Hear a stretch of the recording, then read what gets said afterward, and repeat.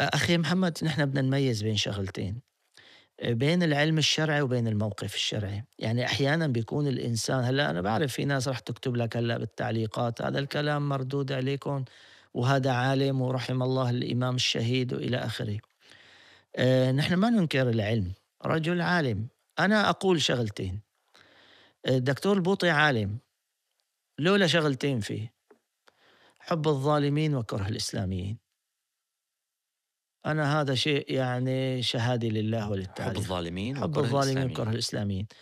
لما بيتكلم هو مع الظالمين وأمام الظالمين بيصبح في منتهى اللطافة. أنت ارجع مثلا لكلماته لكتبه، آخر شيء كتبه: شخصيات استوقفتني. شوف بطل العلم: هذا ما قلته أمام بعض الرؤساء والملوك، هذا والدي، هذه مشكلاتهم، هذه مشكلاتنا. بتيجي لكتابه مثلا، في بعض الناس بيدافعوا عنه، هو لما ألقى كلمات في وفاة حافظ أسد وفي وفاة باسل الأسد وفي 40 حافظ الأسد و40 باسل الأسد ووفاة أنيسي و40 أنيسي،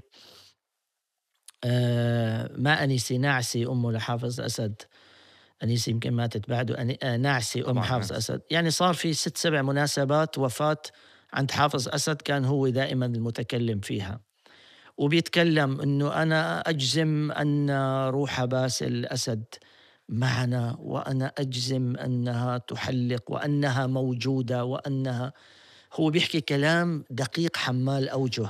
هلّأ من يبرر له يقول أنه الشيخ البوطي قال: "وكأنني رأيته." يعني هو كأن تمام، هناك بس هو شو الغاية من فرق. يعني شو الهدف؟ طبعًا هو في النهاية بصراحة بالضبط، هو يعني التبرير للحاكم. ولا تليق بعالم مثل بييجي البوطي. مثلًا بييجي بكتابه: هذا ما قلته أمام بعض الرؤساء والملوك. بيقول لك نحن ما بنعرف الكلمة التي ألقيتها أمام ملك المغرب، سيدي ومولاي جلالة الملك المعظم سليل بيت النبوة.